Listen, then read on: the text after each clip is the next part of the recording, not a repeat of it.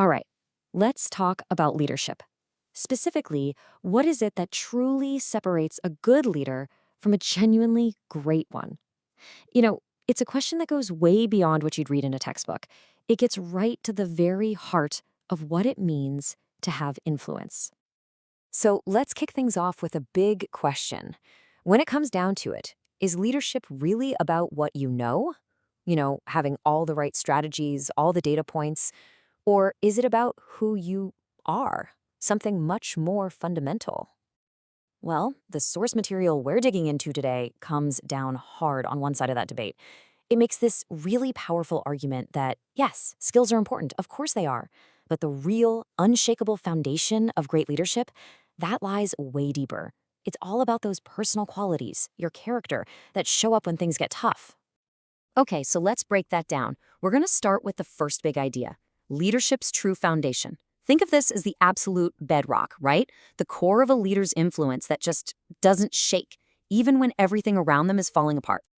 And what's so interesting is that it's not just one thing, it's this powerful mix. You got this relentless belief in a mission, that's your compass. Then you have these deeply held values, that's your anchor, keeping you steady. But then you add in resilience and courage, and that's the engine. That's what lets you push forward when honestly anyone else would have already given up.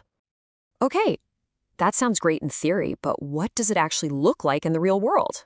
Well, let's look at an incredible case study: Lee Kuan Yew and the mind-blowing transformation of Singapore. I mean, this is a perfect illustration. Lee Kuan Yew didn't just have some 5-year plan. He had this deep, almost unshakable conviction, and he used that crystal clear purpose to guide a whole nation through unbelievable uncertainty. What he built was a lasting, prosperous legacy, and it was all built on those core values. It just goes to show you, this kind of foundation, it can build more than just a company. It can build an entire nation. So, you've got this strong foundation, now what? How does it actually help you lead day to day? Well, it's what allows you to perform the leader's balancing act. Because let's be real, the world of a leader is anything but simple. It's a world of constant contradictions, a constant push and pull. Just look at this tension. On one hand, you have to drive a vision from the top. On the other, you've got to empower people on the ground. You have to think big, huge, divergent ideas, but then you have to execute with this laser-like focus. And the big one: investing for the long term while the pressure for short-term results is just screaming at you. Now, here's the key. Most people get paralyzed by this. Great leaders, they don't just manage it, they actually thrive in it. And if you want a perfect example of someone navigating that tension, let's talk about Jeff Bezos during the absolute chaos of the dot-com crash. Remember that? So you have the entire market just melting down. Everyone is screaming about short-term survival. Tech companies are just disappearing overnight. And in the middle of all that chaos, Bezos held firm. What was his anchor? This simple, unwavering belief that Amazon had to be Earth's most customer-centric company. That conviction, that long-term vision, is what allowed Amazon to weather the storm. He balanced that immediate 5-alarm fire crisis with a mission that was totally non-negotiable. Okay, so that leads us perfectly into our third and final quality. And this is what really separates the good from the great over the long haul. It's this relentless, nonstop commitment to growth and evolution. And when we say relentless growth, we're not just talking about, taking a weekend course or learning a new skill. This is about deep personal reinvention. It's about a leader's ability to take their absolute biggest failures, their most painful setbacks, and turn them into fuel for creative reinvention, to become someone new, someone even better. And honestly, is there any better example of this in modern history than Steve Jobs? He was the absolute master of the art of reinvention.